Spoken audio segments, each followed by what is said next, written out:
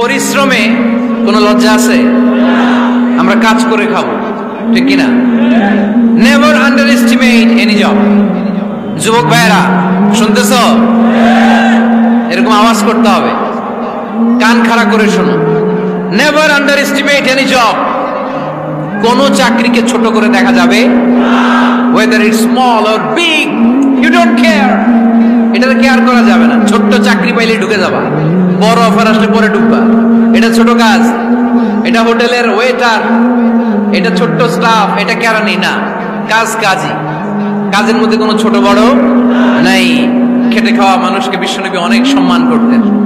বিষ্ণু ঈসা ইসলাম খেটে খাওয়া মানুষদেরকে এত ভালোবাসতেন, বিদায় হজের মতো এত গুরুত্বপূর্ণ ভাষণও এই মেহনতি মানুষদের কথা বাদ যায় না। সুবহানাল্লাহ পড়বেন না?